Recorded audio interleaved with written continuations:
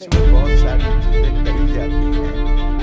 शांतिपूर्वक जीवन जीने के लिए इंसान को सब्र भी करना होता है।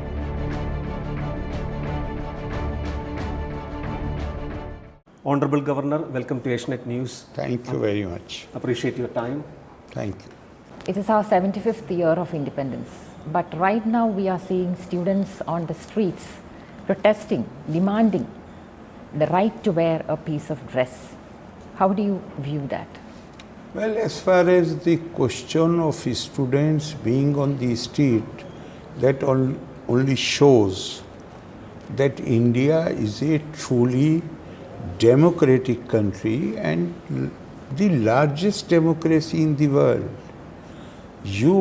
Everybody is free. You are free to express yourself. You are free to express whatever you feel are rightful demands. You are even free to make demands which are not fair. So it only speaks about the strength of Indian democracy. So, hijab is not burqa and most Muslim women wear it. Do you think your comments earlier? This is a problematic thing. Hijab is not burqa. Hijab is a term which has been used in Quran in seven verses or on 7 occasions. Burqa is also a dress. So, at the time when the Muslim law started taking a definite shape, they have used hijab for all kind of dresses which are associated with women. And the truth is that Quran does not use it in the context of the dress of women. Quran uses the word khimar. Khimar, if you look at Lisanul Arab, that is the Arabic dictionary, then khimar has been defined or translated as a scarf, as a cloth which women carry with them. And what Quran says, and then again there is a context. The context is that in those times, almost every society was divided between two sections. One were free people, free men and free women, and the others were slave men and slave women. Most of the economies, if you study, most of the economies of those times were slave-driven economies. Now, there was a specific instance in Medina where a free woman, when she was going to market, some people tried to molest her. Naturally, it gave rise to some kind of fisticuff or the members of the family of that lady came there. These people who had tried to molest the women, that particular woman, they took the plea that they were under the impression that she is a slave woman. The morals of the times were such that they thought that it is okay if you misbehave with a slave woman. After this incident, and this is mentioned in all books, almost all commentators have mentioned this. After this particular incident, a verse was revealed in Quran which said that the khimar which you use, draw it over your jilbab. Although it has been translated that this cloth you draw over your bosoms, but jilbab does not mean even bosom, translation, literal. It means, jilbab means the loose man's upper garment is called kameez. And woman's upper garment, because it used to be loose garment, curves of the body should not be noticed. So it has been said that pull your scarf over your kameez, jilbab, which has been taken to mean cover your bosoms. So Quran does not, and that too in a particular, this was after a particular incident. Today, world over, slavery does not exist. United Nations Declaration of Human Rights is there. We have our own fundamental rights. Every person, be a woman or a man, they are all free today. The context has disappeared. But never forget that Quran also talks about a tendency among the Arabs where they used to bury the girl child soon after the birth. Quran says, وَإِنَّ الْمَوْءُدَةٌ سُئِلَتْ بِأَيِّ زَنْبٍ قُتِلَتْ, which means that when God will ask this young child on the day of judgment, for what crime you were buried, God is asking, God knows everything. In order to highlight the seriousness of the crime, this is how it has been presented in Quran, that God will ask this young infant child who was buried, for what crime you were buried. So in a way, Quran put a stop, eradicated the practice from amongst the Arabs. But the mindsets are not going to change. The young infant girl being buried alive, that was given up. But then new terms were found. Hijab, I feel, is also one of them. Because nowhere in Quran, the word, 7 times I have told you, the word has been used. It has not been used in the context of the dress. What dress a woman should wear. So do you think that the time has come for the women to throw away the hijab? It is not a question of throw away. You know, I believe in freedom. I believe in liberalism. I believe in openness. Every person has right to decide what she or he wants to wear, as long as it does not offend the public sensitivities. I am not for what one should throw, what one should wear. It is not for me to decide. It is not for you to decide. It is for the person to decide what she or he they want to wear. So there has been a rereading of Islam from the continuation of what you were saying to the earlier question's answer.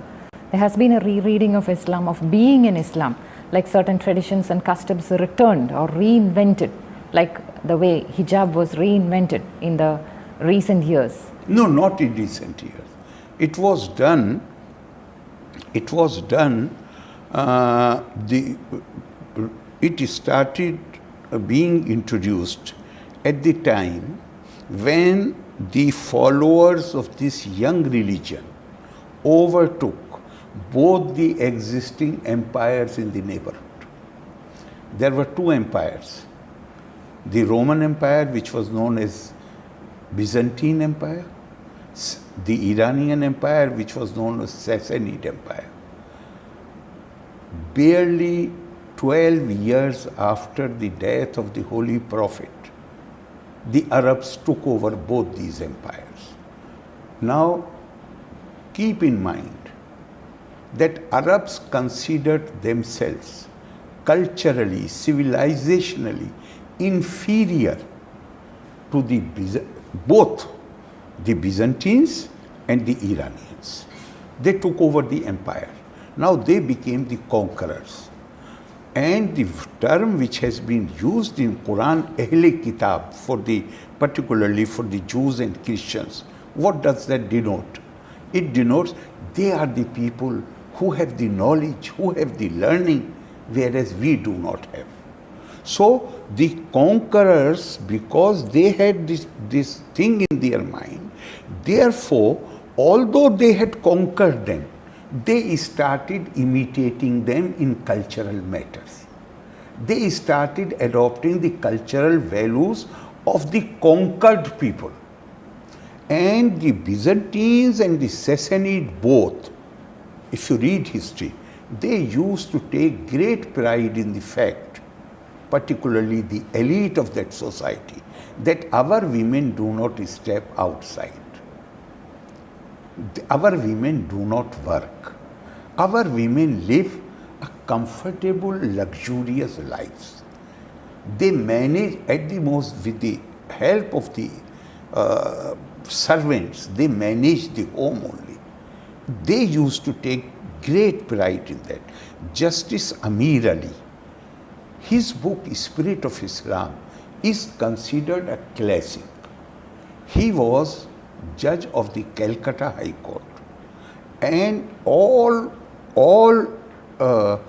sects of Muslims, this book is universally acceptable as true representation of the Muslim history and Muslim religious, cultural, ethical values.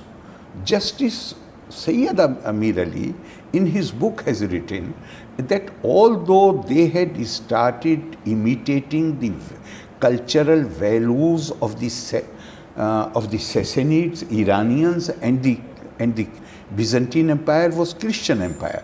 They had started this, but Arab women were resisting because they were always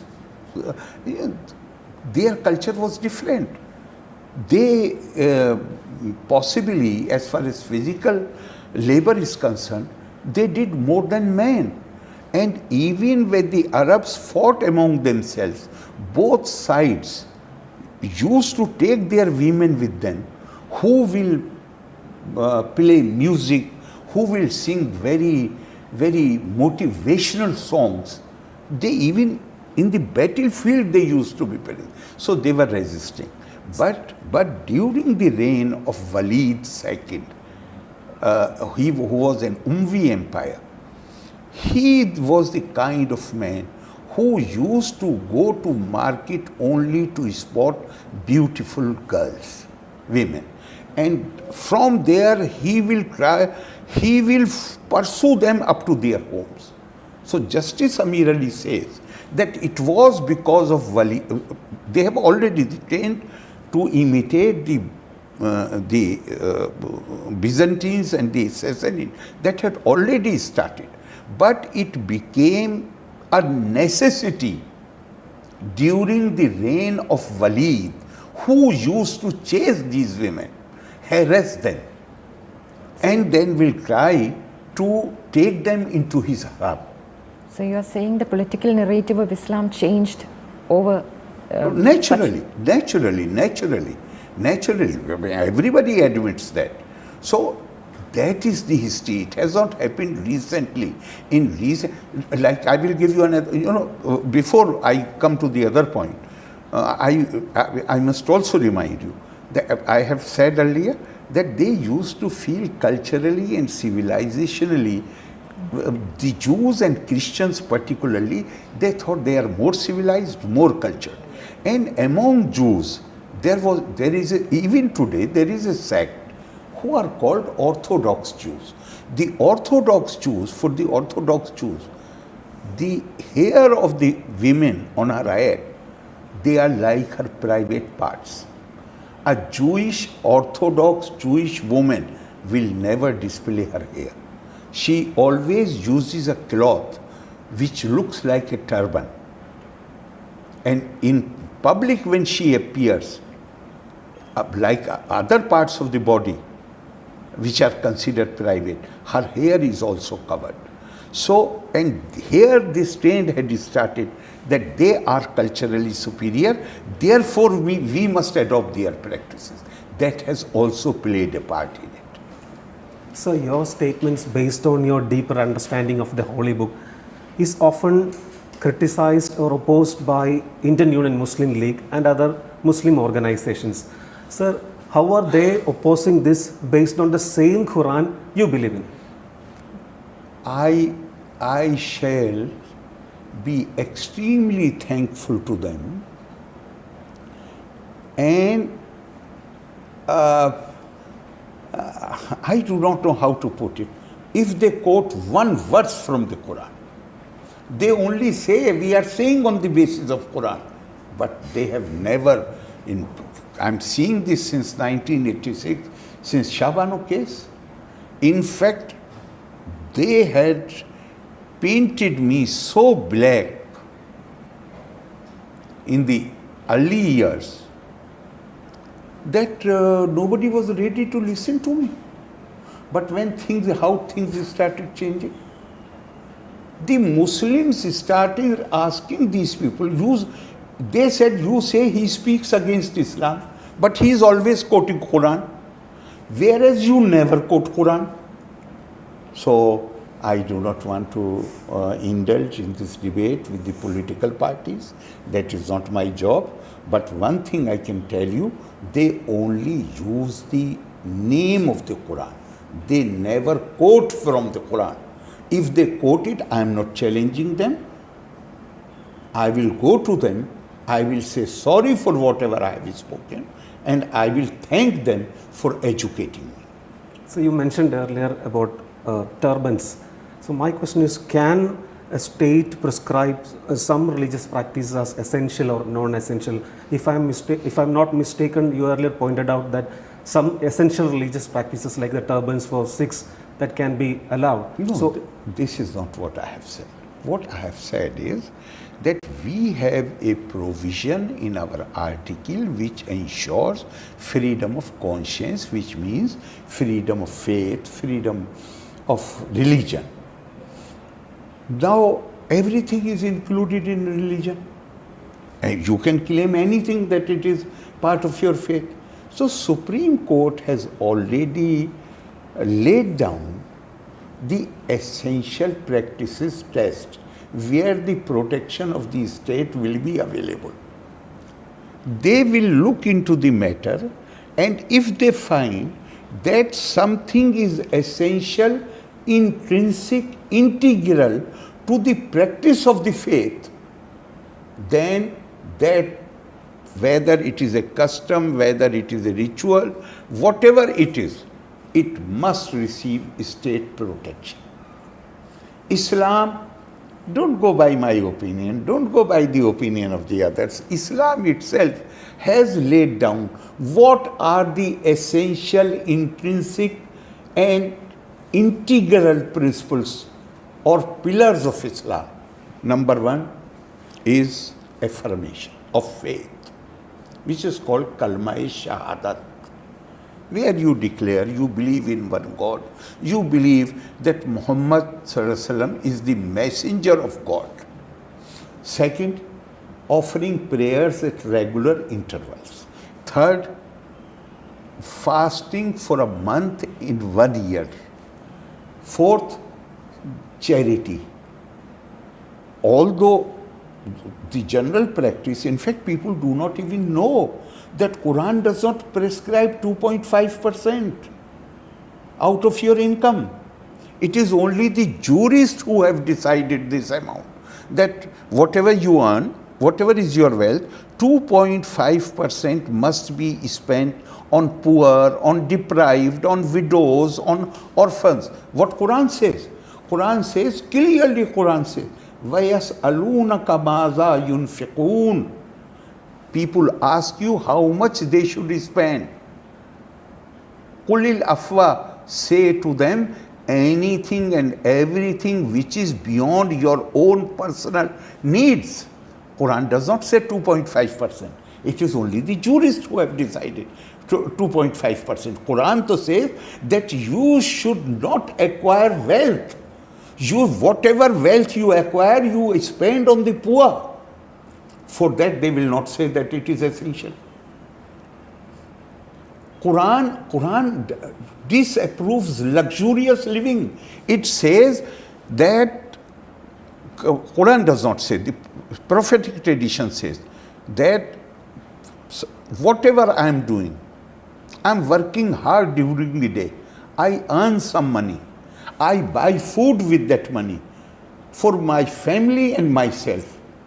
But before partaking that food, if I do not ensure that nobody in the neighborhood of 40 houses is hungry, then partaking of that food which has been bought with hard-earned money becomes prohibited for me.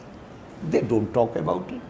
They talk only about things which, if you ask me, are non-issues. So coming to the uniform civil code, these protests and the way of dressing, uniform civil code, it's supposed to ensure women their rights. But will it ensure that kind of equality that we dream of? Because most of the people, most of the minorities have a sense of loss of identity, a sense of alienation.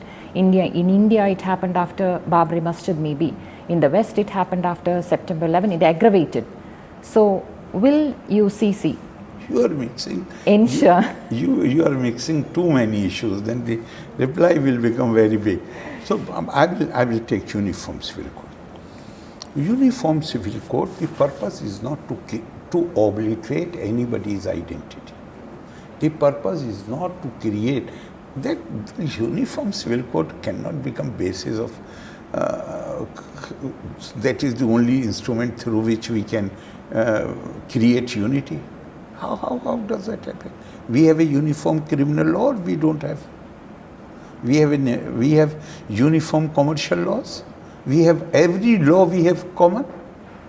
And if you come to civil code, even Indian civil code is common.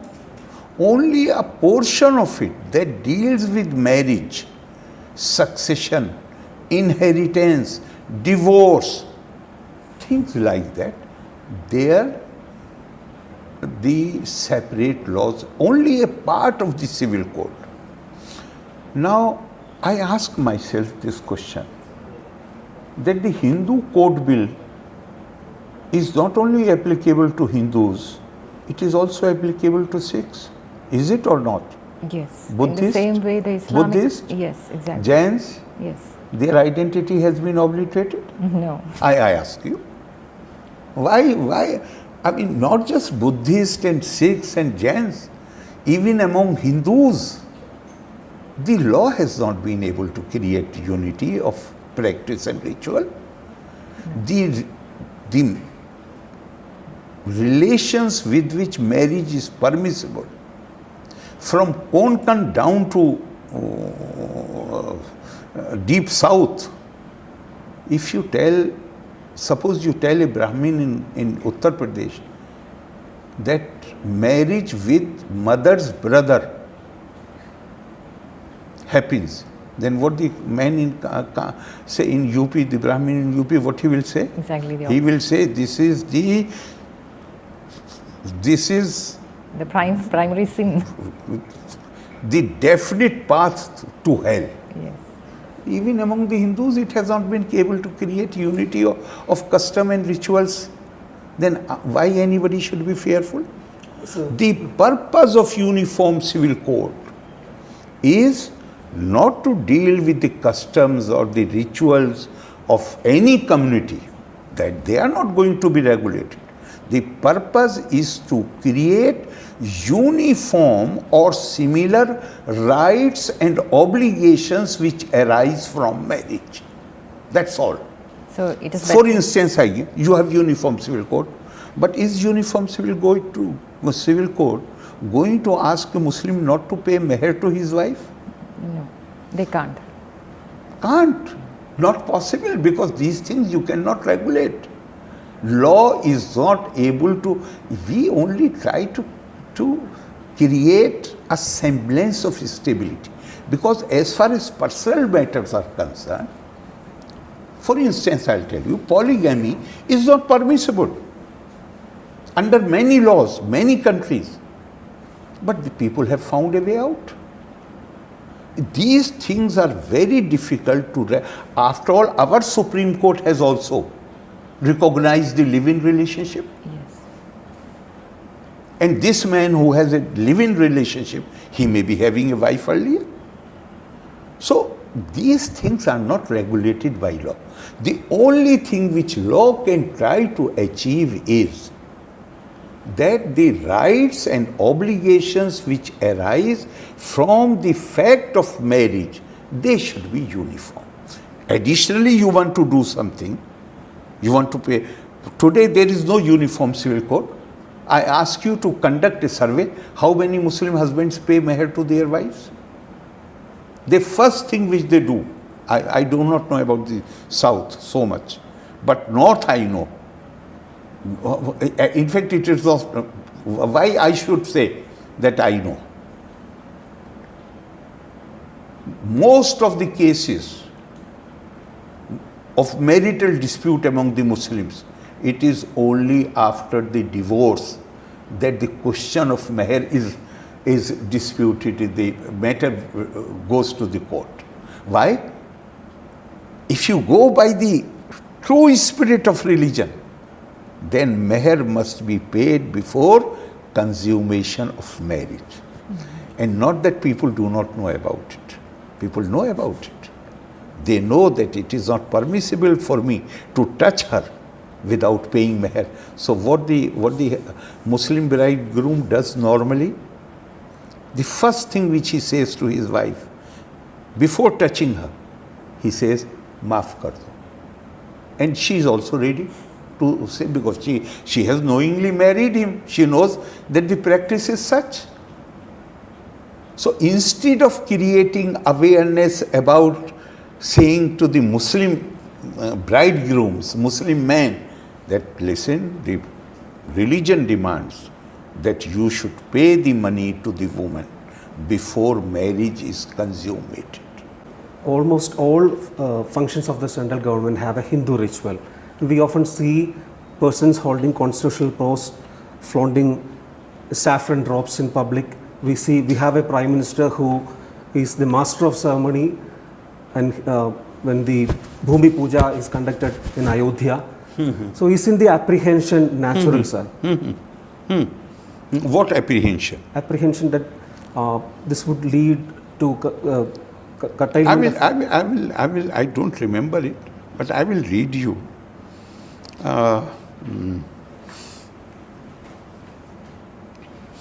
Verse from the Quran. The Quran in Surah Baqarah is talking about the episode which is mentioned in Bible also, about that golden calf. If you have, you must have seen Bible. So the people, when Moses tells them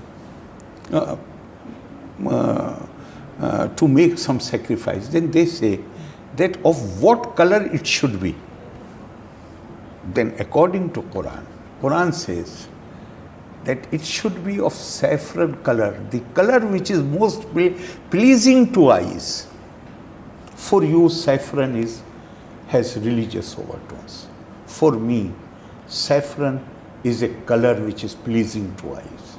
For me, as an Indian, saffron is the color of renunciation. Saffron is the, we are a strange people. We say we have this tricolor flag. The saffron part is Hindu, the white part are others, the green part are Muslims, without knowing anything about it. Saffron in Indian culture means renunciation. It means spirit of sacrifice. It means living for others, not for yourself. The white denotes peace. Green does not denote Muslims. Green denotes prosperity. And now you say that these functions start with the Hindu rituals. This thinking has been distorted as a result of the foreign rule under which we have lived for centuries.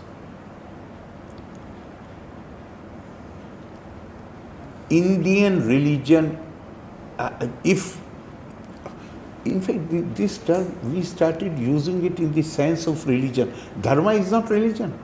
Dharma is way of life. There are people, or I shall put it differently. If you are a Hindu and you say that I do not believe in God, I do not accept any avatar, and I'm not just saying about you. There was a great philosopher, Charak Samhita is there. He condemned everybody. He profaned everything which Indians held sacred. Is there any agency which can declare that if you say such things, that you don't believe in God, you don't believe in Avatar, you don't believe in this, you don't believe in Shiva, you don't believe in Rama, you don't believe in Krishna, is there any agency which can declare that you have become a non-Hindu? I'm asking you, tell me. If it were a religion, then there should have been such agency. There is no agency. If I'm born in a Muslim household, if I deny any of the basic pillars, which I have already described, although today, if I deny any of the basic pillars, then I will question myself whether I'm still a Muslim. If you don't believe in the divine nature of the Jesus, then you will ask yourself whether you are a Christian, whether you really continue to be a Christian. These are not comparable. The Semitic religions, or I would say the religions, they have set of beliefs. As far as the clergy in India is concerned, for them to declare somebody a kafir, even denial of the basic principles is not necessary. They can declare you kafir even without that. That's a different matter. But if it is a religion, then there must be an agency to see that basic beliefs are not denied. It is not religion. It is the way of life of India. What it says? It says, Bharateshu Striya Purusho Nana Varna Pirkirtite Nana De Varchane Yukta Nana Karmani Kurvate. The Indian women and Indian men, they belong to different races, they practice different rituals and customs. Not just that, they worship different gods. Sir, but there are critics who say that you are eyeing a key post in Delhi and that's why you are narrating the Sangh Parivar agenda. 1986 when I resigned from the government, and I was the youngest minister. How many Sangh do not fight the election, but how many BJP MPs were there in the house? Only two. Only two. Then I was eyeing for a position, or I was giving up a position. But they have right to their opinion. They can say anything which they like. I am sitting here in Trivandrum. If any decisions are to be taken, they will be taken in Delhi. I hardly go to Delhi. So if I am eyeing something, I decided in 2007 that I don't want to be in active politics. Who does not know that 2014, so I could have joined the Union Cabinet. I did not. Everybody knows it. It's a public knowledge. So position, I became minister when I was just 25 years and few months old. These things do not really fascinate me. And even before that, before I became a minister in UP, I think I had already, I should not say with a sense of pride, no, I am saying it with a sense of humility. God was very kind. When I was Secretary of the Union, when I was President of the Aligarh Muslim University Students' Union, I think I was being recognized almost nationally. So these things, I have seen all these things from a very young age. How these things can fascinate me at this stage. Now, though, I had gone to Prime Minister only to thank him because this whole process of enacting the law after the Supreme Court judgment, Supreme Court had declared triple divorce as unconstitutional against the teachings of the Quran. Still triple divorce was happening. Why? Because in Supreme Court cannot prescribe how to deal with the offenders. That is for the Parliament. So finally, when one case happened in my old constituency, I wrote a letter to the Prime Minister on which action was initiated. And finally, when it became law, I went to thank him. And that was only my third meeting with him. And he asked me, I had gone only to thank him, but he told me that now this issue is over. So now if some responsibility you are asked to take over, I smiled. And then he did not even tell me that he wants to send me to Kerala. If he had something in his mind, he would have shared it with me. No, he did not. Third day I came to know that I have been appointed. These things, but I should not go into detail. They are welcome to entertain anything about me. They have used everything in their vocabulary to condemn me, to criticize me. How can I help them? Okay, sir. As the Chancellor of the University, so will you advise the University to adopt a position similar to? It's not a question of advising anybody. Even in Karnataka, I have already told you, I am against, as far as the normal life is concerned, everyone must have the freedom to wear whatever she or he wants to wear. But when you join a profession, when you join an educational institution, then you sign certain documents and you give your consent to follow the discipline of the institution. Now, if you accept the logic which they are giving, now just imagine there's a young woman, Muslim IPS officer. Can she perform her duties with wearing veil? And if you accept the argument, it is intrinsic, it is essential, it is integral for the practice of Islam, she is not going to resign her job because she has children, she has family, she has to look after them, she has pursued her career. She won't resign, she will continue. She won't be able to wear hijab. What kind of psychological dilemma you are going to place her in? All her life she will have this feeling that because of my family, because of my children, I could not practice my religion. Jew and Muslim girls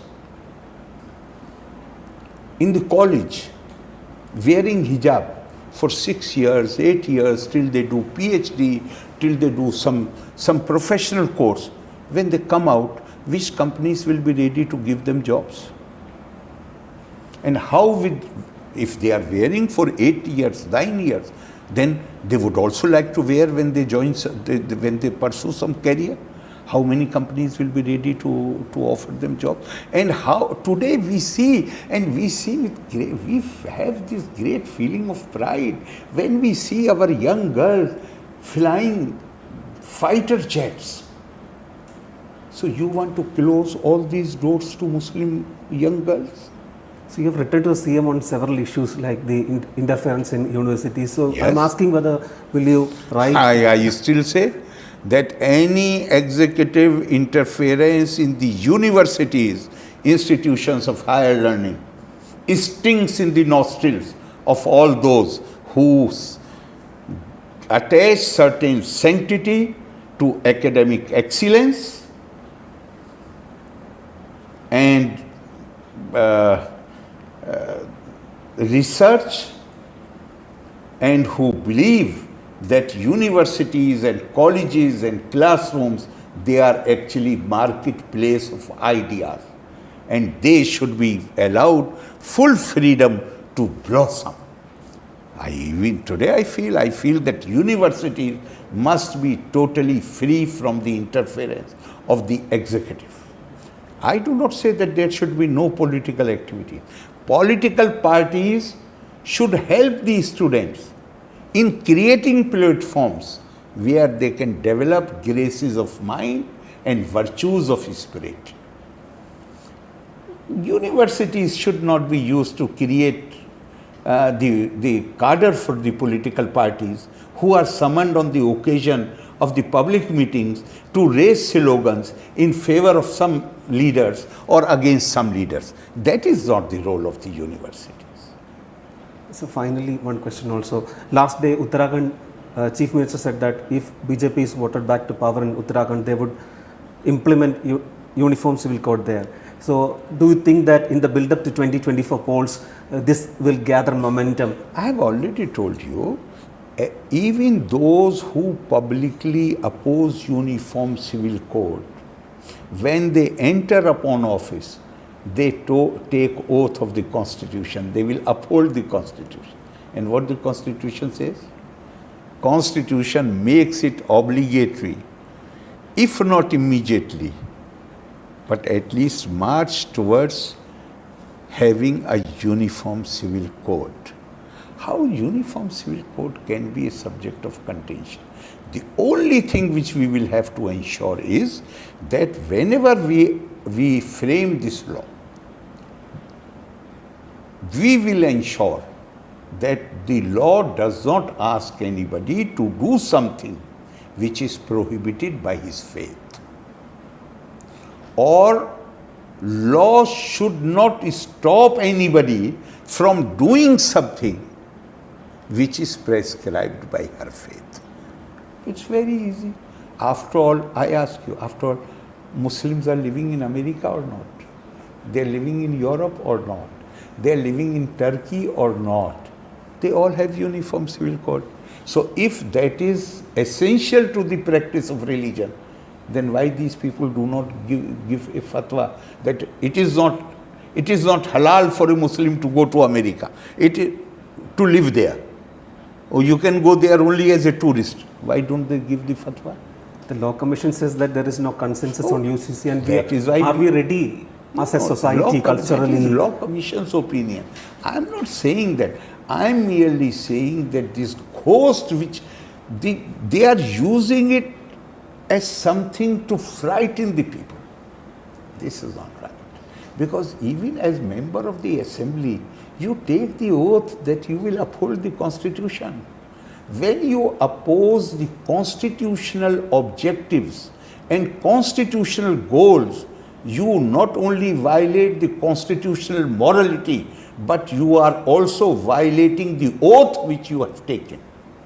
But in a country like India, is it possible to implement this uniform civil code at a single stroke? I have already told you. There is a uniform code for Hindus, Sikhs, Jains, Buddhas. Their identity has been obliterated. No, but is it possible for at a single stroke? No, now single stroke is not there because triple divorce is already over.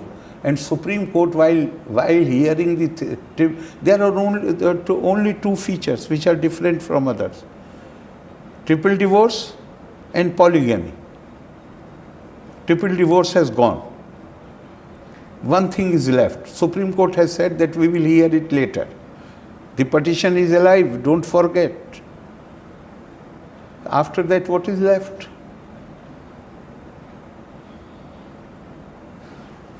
I'm not talking about Kerala. I'm sure the situation should be similar here. But you come to a wedding in North India.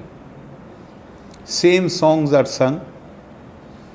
Whether it is a wedding of a Hindu bride and bridegroom or a Muslim bride or bridegroom, same kind of customs, same kind of rituals.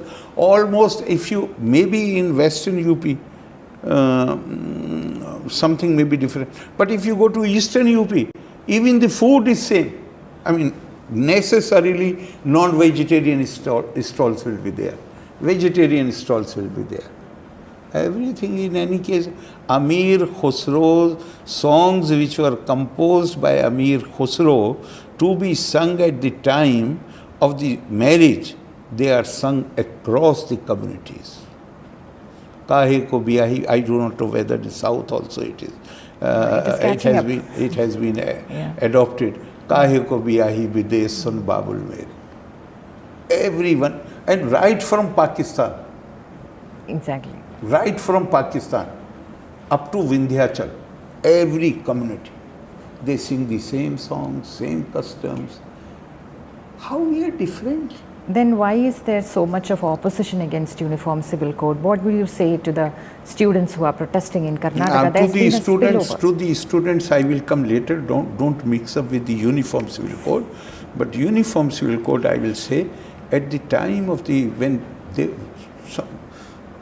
I don't want to name anybody, but when there was a movement demanding partition of the country, what was being said?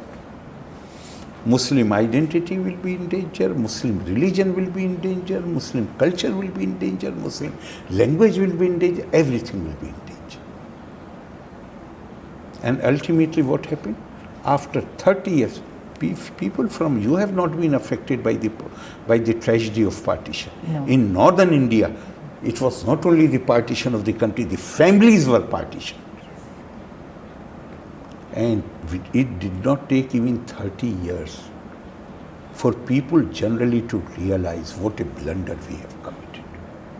Even Pakistanis, a country which could not survive even for 25 years, they had partitioned India and they themselves were partitioned after 25 years. The rest of the country, I do not know how long it is going. We want them to last. We do not have any wish to disintegrate them because does not suit us. But I have my doubts. As far as these students are concerned, these are young girls. They must concentrate on their studies. Today, sky is the limit. Last 3 months I have attended 4 convocations. It was such a happy experience. The gold medalists and the award winners, 70% plus were girls. And in the university where I thought the number of girls will be small, veterinary university in Wayanad, you have to deal with animals. I had gone with this impression in my mind that here the number of girl students will be less. I was told they are 73%. And among the gold medalists and the winners of awards, Wayanad was one place where there was only one boy. All medals, all awards were won by girls. And I must also say here, although I do not look at it from that angle, never, but when the names were being announced, the number of Muslim girls was not less than number of girls belonging to other communities. This is not a controversy. I am convinced in my mind. This is a sinister design. This is a conspiracy. They want to push back. If the Muslim girls, they will start losing career prospects.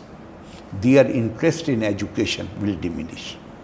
But whose conspiracy? Whose conspiracy? Whose conspiracy?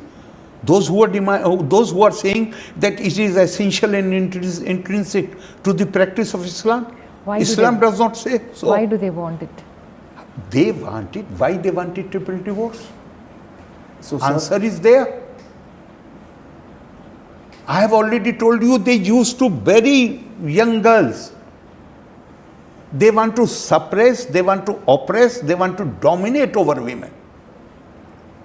And that is why they want their interest, if the career prospects will not be there, interest in education will diminish and they will be forced into the 4 walls of the house. So are you saying that they are not aware about the choices they are making, or are they No, they are very well aware. This is their objective. When you say that is a conspiracy, they are not pawns? conspiracy. Why this is, if not conspiracy, then what it is? Were they not aware in 1986 when they were saying that triple divorce is a divine law? And what they said in 2017? They said that yes, we recognize that this is innovation. We ourselves want to finish it. You don't interfere. We will organize conferences. We will give a call to socially boycott those who resort to triple divorce. Why they took 30 years to realize? Because now situation went out of their control. Now their arguments were not working. It is the same, it is their conspiracy.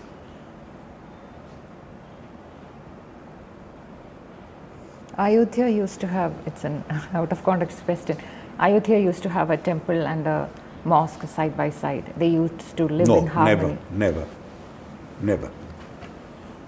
Outside the mosque, one platform was allotted. Platform, there was no building on it. When the dispute more than 200 years back started, then one platform was given to them, not temple and in Mathura, I believe. In Mathura, you are saying. Yes. So what is your question? They lived in harmony. They used to live in I harmony. do not know if we, when you see a mosque and a temple and a church and a synagogue standing side by side in Kerala, it brings very pleasant memories to your mind. Yes. Why it brings pleasant memory? Because temple was already there. The Jews came here in the year when when the Solomon's temple was destroyed. These Jews after some time go to the ruler and they say, give us a plot of land, we want to build our place of worship. No, we need a plot of land. He says, for what? For building a place of worship. This big campus, it has only one building for the worship of God. You build by the side of it. Then the Christians come, he says, you build by the side. The Muslims come, he says, build by the side of it. When you see these four places of worship in Kerala, they bring pleasant memories to your mind. Yes. When you go to Tirshur, you come to know that a Hindu Raja had built the mosque. You feel so happy. Yes. But in UP, in northern India, they remind you of the times when places of worship were being destroyed. I do not want to go. I can quote so many instances. But the Maulana Ali Mian, who was the president of the Personal Law Board, his own father, which means only about 100 years back, his famous book, which first he wrote in Arabic, then it was translated into Urdu. One whole chapter is devoted, and with a sense of pride, these were the temples which were replaced by mosques. Then what they remind you of? They don't bring any pleasant memory. No, they don't. So it is not right to say that They lived in harmony. they were living in harmony. Yes, in Kerala, if you say about it, it is true. Not about UP.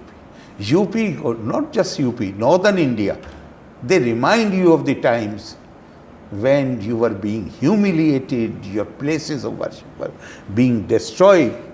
Religion does not ask you to do this. But unfortunately, this was the methodology of the times, that if you want to rule over a people, first you destroy, first you demoralize them. And what is the best instrument to demoralize them?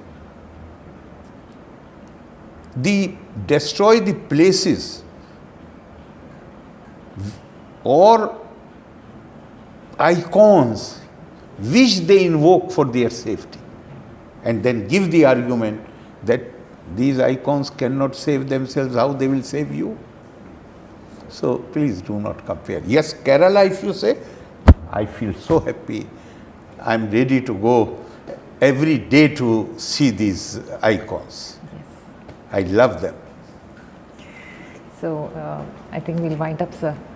Thank you for giving us so much of time and talking in such pleasant terms. Thank you very much. Thank you, sir. Thank you. আমাদের video ভালো লাগলে like এবং share করুন। Comment সেকশনে গিয়ে জানান আপনাদের মতামত। আরও ভিডিও পেতে আমাদের চ্যানেল সাবস্ক্রাইব করুন এবং প্রতি মুহূর্তে খবরের আপডেট পেতে প্রেস করুন বেল আইকন।